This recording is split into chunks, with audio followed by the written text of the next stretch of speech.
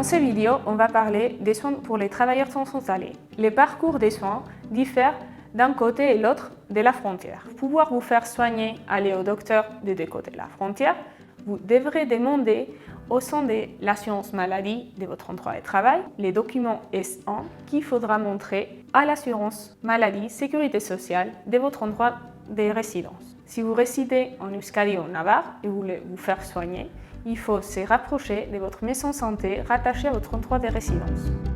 Donc en France, le système de santé veut qu'en cas de maladie, le recours initial naturel est auprès de votre médecin traitant, qui est un médecin généraliste, et qui, si nécessaire, vous orientera vers un spécialiste ou vers une structure d'urgence. Alors la santé n'a pas de frontières. Des accords de coopération basés sur un travail très ancien permettent à un Français qui serait en territoire espagnol, peut-être pris en charge sur l'instant par le système de secours espagnol, mais transporté en première intention vers un établissement de soins français.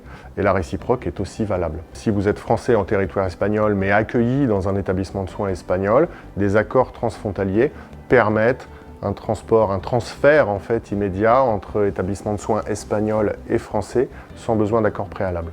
Le travail transfrontalier est une réalité du quotidien, dans le domaine de la santé aussi, y compris dans le cadre des soins d'urgence. Certains projets européens, comme le projet Elinet, a permis des avancées importantes dans ce cadre-là, notamment la rédaction de protocoles d'intervention conjointe pour l'urgence individuelle ou pour l'urgence collective. Au travers de ce projet, divers outils, notamment numériques, ont été développés. Par exemple, un logiciel de cartographie qui permet une aide à la décision sur le meilleur vecteur, c'est-à-dire le moyen qu'on utilise pour aller auprès des patients. Des systèmes de télémédecine, de solutions embarquées pour la gestion du dossier médical.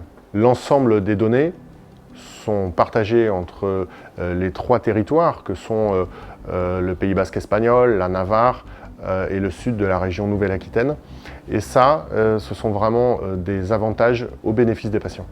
Concernant la complémentaire mutuelle, il faut savoir qu'en France, elle est obligatoire. Toute citoyenne et tout citoyen français doit avoir une complémentaire mutuelle. Pour cela, elle peut soit directement contractualiser pour une mutuelle propre, soit se recourir à la mutuelle de son employeur. Elle la payera alors à hauteur de 50%. Si elle n'a pas les moyens, elle peut alors être couverte par la couverture mutuelle universelle prise en charge par l'État.